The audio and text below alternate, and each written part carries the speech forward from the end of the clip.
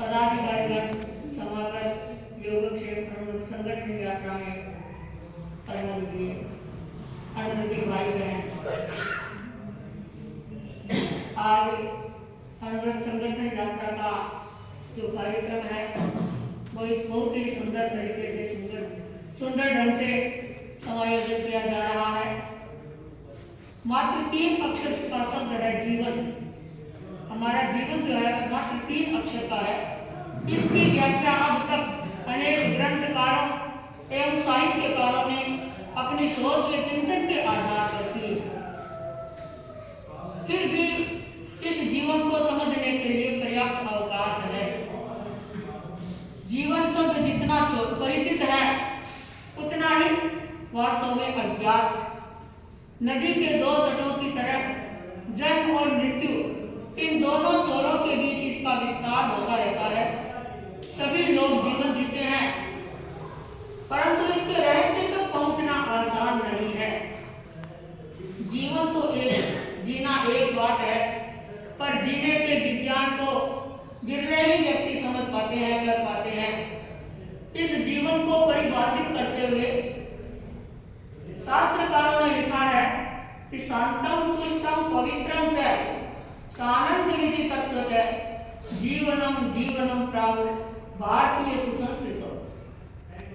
भारतीय संस्कृति में जीवन को अमूल्य माना गया और इसकी गहराई में उतर करके यह समझना आवश्यक है कि यथार्थतः जीवन है क्या। ग्रंथकार कहते हैं कि शांति, संतुष्टि और आनंद के साथ में जीवन जीना ही वस्तुतः जीवन कहलाता है। एक बार एक धनाढ्य व्यक्ति संत एकनाथ जी के पास आकर के बोलता है कि ओ आपका कितना जीवन है वो आनंदमय है, शांतिमय है। हमें भी शांतिमय और आनंदमय जीवन का गुर बताए। हमें भी इस प्रकार से कैसे रह सके, इसका उपाय बताए। तो एकनाथ जी ने कहा कि हे श्रेष्ठी, पहले तू 8 दिनों की चिंता कर। तू 8 दिनों का मेहमान है। इस अवधि में तू आनंद का जितना जीवन जी सके वह जी सकता है। जैसे ही 8 दिन का नाम सुना, वह श्रेष्ठी घबरा गया और उसका मन उदास हो गया। चिंतन की धारा बदल गई और वैसा ही चिंतन लेकर के सोचा ही क्या बात है। जब वह घर पहुंचता है तो सारे लोग देखते रह जाते हैं कि आज श्रेष्ठी का मन है वो कैसे उदास, सारा व्यवहार बदला बदला लगता है। तो उसने जब पूछा, बुरे अपने जीवन के जितने भी बुरे व्यवहार थे, पहले अपनी पत्नी से, फिर बच्चों से और फिर मित्रगण से सबसे क्षमा याचना करता है। सबसे मिला, ग्राहकों से मिला और ग्राहकों से भी विनम्र भाव से क्षमा मांगता है। साथ साथ में अपने इष्ट देव से, इष्ट भगवान से ये प्रार्थना करता है कि मेरा जो अंतिम काल है वह आनंदमय हो, शांतिमय हो। मुझे किसी प्रकार का कष्ट है वो अपने आप में अनुभूत न हो।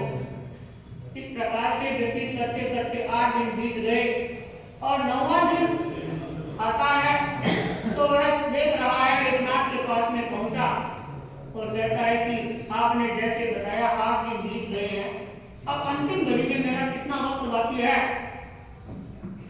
तो कहते एकनाथ जी बोले कि पहले ये बता कि 8 दिन कैसे बीते, ये 8 दिन कैसे बीते।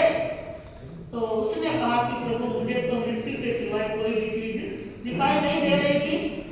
मैंने मुझे अपने जीवन में जितने भी दुष्कर्म किए उन सारे दुष्कर्मों के लिए मुझे पश्चाताप हो रहा था, अपने आप के बारे में सोच रहा था और अपने चिंतन को पुष्ट बना रहा था।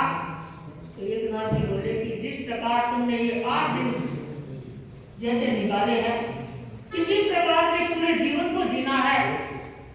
हमें बंधुओं, हमें भी ये चिंतन करना है कि हमारा जो ये शरीर जो है, ये देह है, क्षण भंगुर है, इसका कोई भरोसा नहीं है और इस क्षण भंगुर जीवन में हमें किस प्रकार से जीवन जीना है। निर्लिप्त रहकर जीवन जीना है, अनासक्त रहकर जीवन जीना है, सजग रहकर जीवन जीना है तथा स्वार्थ वृत्ति से दूर हटकर काम करना है, प्रत्येक कार्य को करना है। यही शांति और आनंद का जीवन होता है। और इसी शांति और आनंद के जीवन को प्राप्त करने के लिए गणाधिपति गुरुदेव श्री तुलसी आचार्य श्री तुलसी के द्वारा प्रवाहित जो अनुव्रत एक ऐसा निर्जय, उस निर्जय यानी उसके पवित्र शरीर में अवगाहन करके व्यक्ति अपने जीवन में शांति और आनंद को प्राप्त कर सकता है। अनुव्रत एक ऐसा महादीप है जिसकी ज्योति से संपूर्ण जीवन व्यक्ति ज्योतिर्मय बना सकता है। अनुव्रत एक ऐसा गुलाब का फूल है जो कांटों के बीच में भी नैतिकता की सुरभि को फैलाता रहता है। तो इसलिए आचार्य श्री तुलसी ने अनुव्रत के हमें छोटे छोटे 11 नियम दिए। इन 11 नियमों को अपनाकर पहचान कर और एक ऐसा एक महापथ है, ऐसा महापथ दिया है जिस पर चल करके व्यक्ति अपने जीवन में इस जीवन शैली को बदलकर प्रेम और करुणा से ओतप्रोत बना सकता है।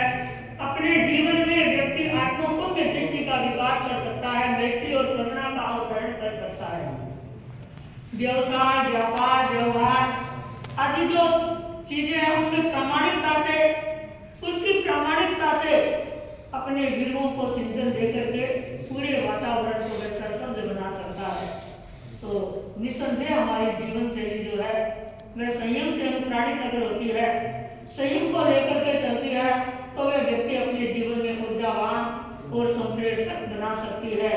इस प्रकार से आचार्य श्री तुलसी ने विश्व को आनंदमय जीवन जीने के ये सूत्र दिए। उन सूत्रों को अपना करके व्यक्ति अपने जीवन में वास्तविक शांति और आनंद की अनुभूति को कर सकता है और जैसा साहित्यकारों ने बताया है, शांति, तुष्टि और आनंद को प्राप्त कर सकता है। जैसा हमें ऐसा एक ऐसा राजमार्ग दिया है, उस राजमार्ग को अपना करके व्यक्ति अपने आप को पहचान सकता है। तो आचार्य श्री तुलसी ने आनंदमय जीवन जीने के ये सूत्र दिए हैं और अनुव्रत के भाष्यकार आचार्य श्री महाश्रवण जी अनुव्रत जीवन शैली को अपनाने के लिए प्रेरणा निरंतर देते रहते हैं। तो उस अनुव्रत को अपना करके प्रत्येक व्यक्ति अपने जीवन